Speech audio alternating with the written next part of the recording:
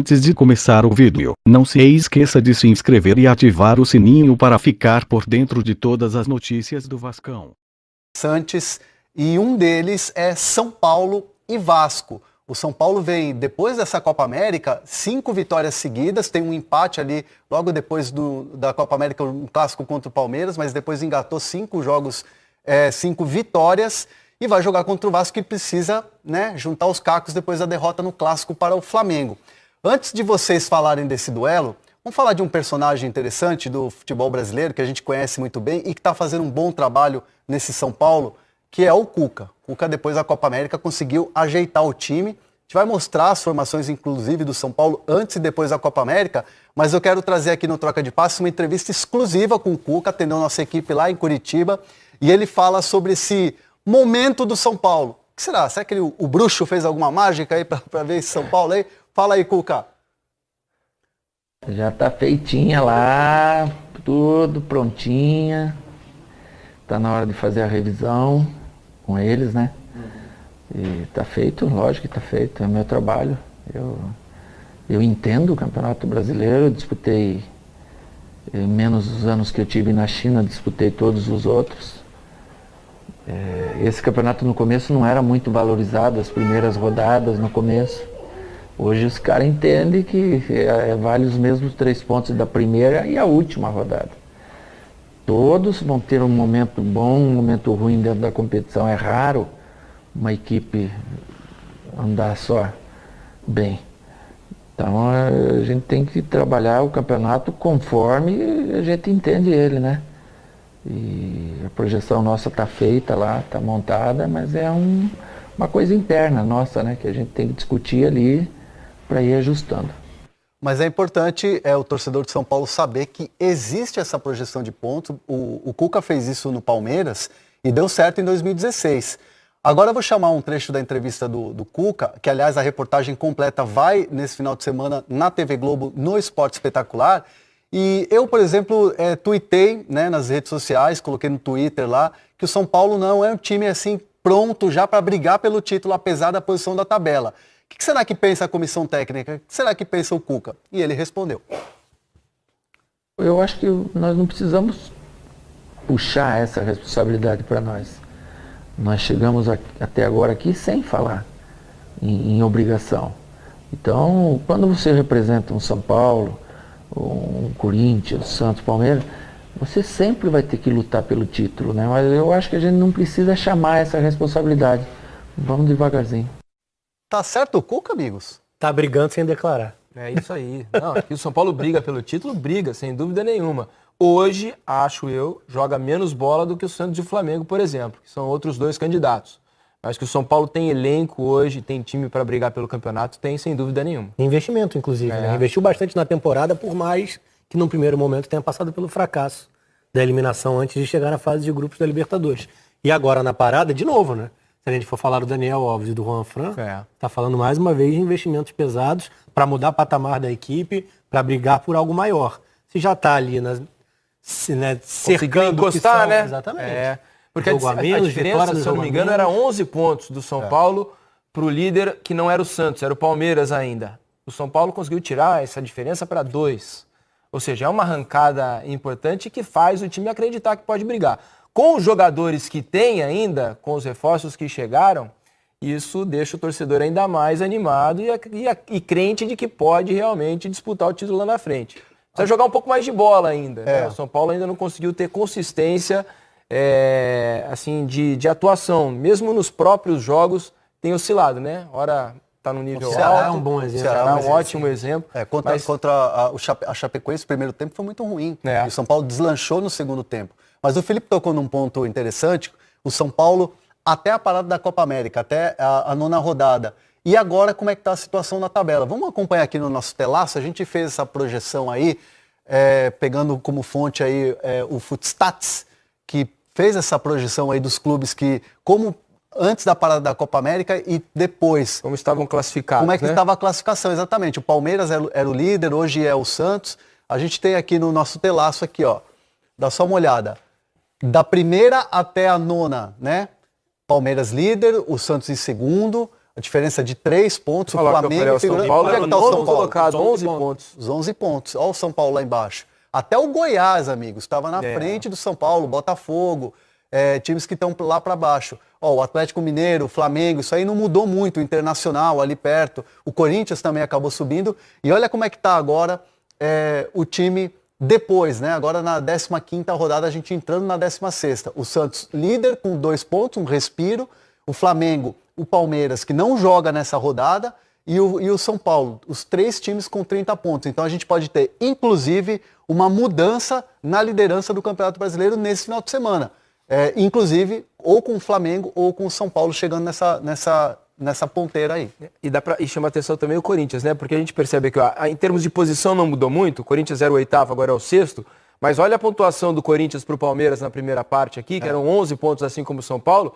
Hoje o Corinthians está 5, do líder, que é o Santos. Ou seja, também é uma subida de produção e de resultado do Corinthians depois da Copa América, né? O Corinthians que vai enfrentar nesse final de semana o Avaí, a gente vai passar pela rodada e eu quero mostrar para vocês, nessa comparação antes da parada da Copa América e depois, que o Cuca batia muito nessa tecla, que precisava ter essa parada para ajeitar o time. Vamos ver as escalações, né, com as mudanças que o São Paulo fez, com as chegadas, as contratações. A gente tem como colocar agora, amigos, aqui as escalações. Olha lá, no último jogo que foi contra o Atlético Mineiro, o São Paulo tinha Thiago Volpe, Anderson Martins, Bruno Alves, Igor Vinícius na lateral direita, o Reinaldo na esquerda. Mudou muito a configuração do meio campo, olha lá, Luan e Hudson com o Hernanes, que agora está machucado. Ó, tinha o Nenê, Everton Felipe e o Alexandre Pato numa posição que ele estava quebrando o galho. Tem também a questão do posicionamento do Pato, que muda muito, né? Nesse jogo que vai enfrentar o Vasco amanhã, essa aqui vai ser a escalação do São Paulo. Com o Thiago, domingo, né? Domingo, jogo lá aqui no Rio de Janeiro, contra o Vasco. Ó, Thiago Volpe, Anderson Martins e Arboleda. O Anderson Martins é uma escolha do Cuca. O Bruno Alves vai ficar no banco de reservas. Foi muito bem no último jogo, Anderson Martins. Muito bem, principalmente na saída de bola, no passe, né? Agradou muito a comissão técnica. O Juan Fran, que é uma das grandes contratações. O Léo Pelé na esquerda. O Léo, não, que a gente chama ele de Léo Pelé, não tem problema. O Léo Pelé na esquerda. Vai ficar bravo porque contigo. O Reinaldo... Não, fica não, ele é gente boa. o Reinaldo tá suspenso. Aí Tietê, Lisieiro e Dani Alves. Para mim, essa é a mudança principal do São Paulo. Além do Antony, do Everton e do Raniel. O Everton que não está tendo lesões e a chegada do Raniel. Acho que passa pelo trio de jogadores de meio campo, né? E pela leveza dos lados do campo. Se você comparar o que é o trabalho do Nenê, não que o Everton Felipe não seja um jogador pesado, mas se você comparar Antony e Everton, a velocidade que eles dão, a objetividade que eles dão, está acima do que era o desenho da equipe antes da parada. E a leveza do trio de meio-campistas, né? Os 3 jogam e saem para o jogo. É diferente do que a gente tinha um meio-campo mais pesado, o Luan mais preso, o Hudson com dificuldade de chegar à frente, o Hernanes com mobilidade abaixo. Então hoje o São Paulo é um time mais leve. Igualou, por exemplo, o que é essa competitividade, a intensidade do Santos no Clássico, principalmente no segundo tempo, e conseguiu o resultado. Acho que daí vem o grande salto, o grande trunfo do Cuca nesse sentido. Hoje o São Paulo é uma equipe mais leve, do meio para frente. E tem um detalhe, né? Não sei se vai ser uma constante esse meio-campo, né? Mas assim, eu tenho dúvida se o Cuca vai escalar esse meio-campo jogando fora de casa, num jogo assim, parrudo, um jogo grande, vamos dizer, o Vasco... de peso. Se ele vai escalar um meio-campo assim leve, com o Tietê Lisieiro, sem botar um volante um pouco mais marcador como o Luan, por exemplo. Eu tenho dúvida se... Eu gosto, particularmente gosto dessa opção. Mas aí você tem que ver também, Felipe, que é o seguinte, você tem um meio-campo leve, não menos marcador, mas você tem o Juan Fran, que é um cara que fecha para fazer um terceiro zagueiro se for necessário, para proteger a zaga. Então ele tem várias possibilidades.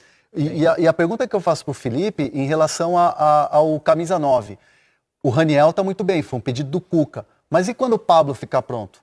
Não, para mim o Pablo joga, é mais jogador que o Raniel.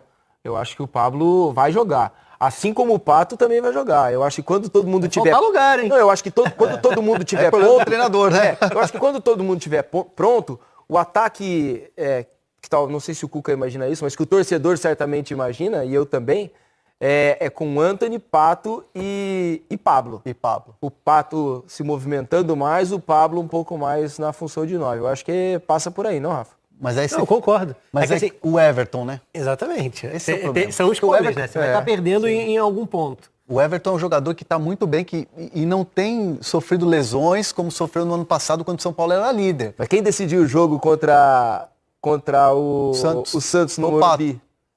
Quem é o cara que pode te dar alguma coisa diferente? Quem é o cara que pode fazer diferença nesse time do São Paulo, assim, né, além do Daniel Alves? Quem é o Pato? Pelo menos pra mim. Ele é um Mas cara ele precisa diferente. querer. E a gente trouxe aqui no Troca de Passe na semana passada uma entrevista com o Pato. E a gente percebe que hoje o Pato é um jogador muito mais que se doa para o time do que propriamente ficar pensando em fazer gols ou se cobrar ser aquele jogador goleador. Isso também é importante, né? Esse entendimento tático que o Pato tem, né? Eu não sei o quanto tem de... Para jogar para a torcida? Enfim, de declaração e o quanto tem efetivamente de evolução dele como jogador. Qualidade indiscutível. Muita qualidade. Tem muita qualidade. Mas ainda, a gente falava uma época aqui, acho até bem pesado, a ideia da Patolândia, né? De viver no mundo à parte, enfim. E ainda não acho que ele é tudo que pode ser dentro da carreira, pela qualidade que tem. Também acho. Mas ainda assim tem como desabrochar e ser um cara relevante. E o que você chamou a atenção com relação ao trio de meio-campistas para um jogo mais pesado, é um baita desafio esse contra o Vasco. Porque o trabalho do Luxemburgo está em cima dessa imposição física. Você está falando de um time que entra em campo com o Raul no setor de meio-campo. São 4 volantes praticamente. Muito né? pesado. Se tem o Marco Júnior liberado, é o Marco Júnior, que é o terceiro jogador. Então, assim, ele estrutura a equipe agora com o Richard, que veio do Corinthians, para imposição, para ganhar duelo. Exatamente. E pode ser pesado para o São Paulo. E vai ser um duelo interessante exatamente no meio-campo, porque o Marcos Júnior é um jogador que é importante, né? O Vanderlei Luxemburgo tem utilizado o jogador, e até no entendimento dele, como é que joga o Vasco e como vem o Vasco para jogar em casa com esses 4 jogadores no meio-campo, com esses 4 volantes. E é exatamente sobre isso que ele fala aqui agora no Troca de Passes. No momento a gente não vai pensar em Daniel Alves, a gente vai jogar contra o São Paulo em tudo, né? Daniel Alves tem sua história, é uma referência para todos nós, mas temos que pensar no jogo e temos que pensar em ajudar o Vasco. Nós vamos entrar, mesmo com 4 volantes, vamos jogar para cima, porque em casa não tem como esperar, não tem como jogar recuado, ainda mais nós precisamos da vitória. Então, independente da formação, nós vamos jogar para cima para ganhar o jogo. Aí tem o outro lado também, né? Com meio campo leve, veloz, saída de bola, com 2 caras abertos de velocidade também, o contra-ataque vai ser o grande problema do Vasco, né? Se sair do jeito que ele está falando, né? Será que é só discurso também, Rafa? Então, eu não acho que o Vasco seja uma equipe que se coloque, que se instale no campo do adversário. É mais fácil o Vasco jogar no erro, independentemente de estar como mandante, retornando, né, ao Rio de Janeiro. Apesar, não sei se você concorda, o Vasco fez um belo primeiro tempo contra o Flamengo, né? Fez. Mas é porque o Flamengo não é... Poderia ter feito o resultado. Frente, né? O Vasco se dá melhor contra equipes que dão espaço. Falar que joga e deixa jogar parece exagero, não é esse o caso. Mas que também buscam jogar.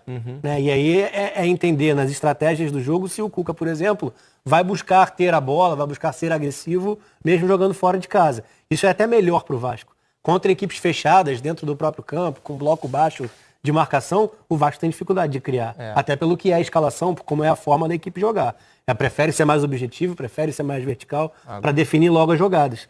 Mas isso é de jogo para jogo, né? Contra o Flamengo, pelo espaço que teve, criou um bom número de chances dentro da primeira etapa. O time que ganhou as últimas 5 partidas, que está numa crescente, que tem elenco, tem um cara como Daniel Alves, contra um Vasco que precisa do resultado, porque tomou, né, perdeu pro rival e precisa se impor. Dá para colocar tudo na balança e deixar o São Paulo como favorito mesmo assim? Eu acho muito parelho. Claro que tem a questão da confiança e se o Vasco vai se refazer tão rapidamente. A gente sabe que semana de treinamento é diferente. Mas tem uma disparidade técnica grande entre os dois times, né? Que pode fazer diferença. Claro que o Vasco vai estar jogando em casa, São Januário deve estar lotado, a torcida tá imbuída nesse momento do Vasco, assim, de ajudar e de querer fazer a coisa funcionar, né? O Luxemburgo deu uma bela melhorada no time, mas a diferença técnica é grande hoje de São Paulo e Vasco, né? O São Paulo tem muito mais jogadores capazes de decidir o jogo a qualquer momento do que o Vasco. Acho que isso é uma coisa que pode fazer muita diferença. Favorito é o São Paulo, então? Aí eu acho que o São Paulo é favorito. Rafa? Para mim é 50-50. Exatamente porque o São Paulo não tem... O São Paulo não tem desempenhado por uns 5 jogos seguidos. Não tem consistência. Assim, ele tem os jogadores individualmente para resolver a parada. Resolver. Mas ainda não é um time coletivamente confiável. Vai ser um jogão, sem dúvida nenhuma, transmissão do Premier e também da TV Globo. O jogo Vasco e São Paulo em São Januário no próximo domingo.